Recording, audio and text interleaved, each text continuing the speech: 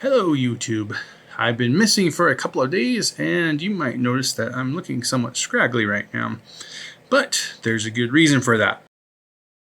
That's right, I've spent the past several days in the hospital because after injuring my foot, I had to have surgery. And I actually ended up having surgery on both feet. My right foot was injured and it got infected. My left foot had a blister that was heading towards infection as well, so they removed that at the same time. Basically, it was diabetic foot ulcers because of my diabetes. The hospital was very good. I have no complaints about it, and they actually did a very wonderful job. I did get to see some of my numbers that have improved over this year since the last time that I had my A1C and things like that. Having switched over to the carnivore diet, my A1C dropped from 10 down to 8, so it's dropped 2 points. It's still pretty high, as you can see, and at first I was kind of disappointed that it wasn't lower than that, but then I realized that actually my carnivore diet's only been active for just over 2 months. I think it was about 65 days at the point that I got to the hospital, and it takes anywhere between 90 days and 120 days to replenish all of your blood cells. Had I gone another 2 months before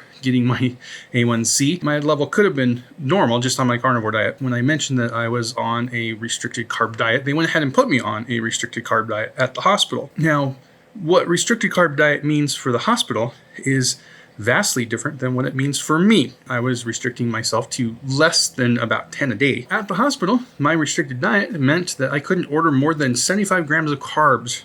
Yeah, 75 grams of carbs. And that's per meal. They're assuming 3 meals a day. So that's 225 grams of carbs per day. 225 carbs versus less than 20 a day on there. Yeah, it's a big difference. Anyway, of course, the good news is I didn't have to eat that many carbs, and I didn't. I usually ate around 8 grams of carbs per meal. Other than that, having to wait for surgery where I couldn't eat anything for that day anyway, my blood sugars were actually a little high that day. They were in the 140 range. The doctors did say that was probably because of the antibiotics they were giving me, which antibiotics do apparently boost blood sugar, or at least the kinds that I've got. That's what they told me. Even fasting, my sugars were a bit high during that day. In any case, the surgery went well. The good news is that my feet were only slightly injured, so they were able to just clean out the infected wound, put me on a whole bunch of antibiotics. If you guys do have diabetes, even switching diet is going to take some time for your body to heal and recover. It could take years to recover because it took years to damage my body as much as I did. The good news is that it appears that I'm not too late. I was able to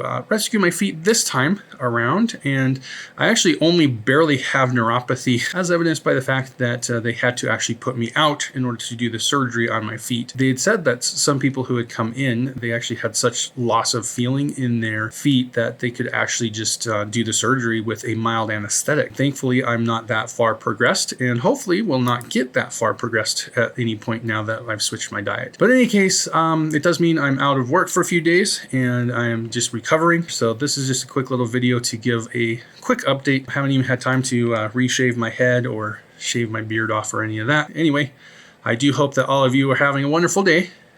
Peace out.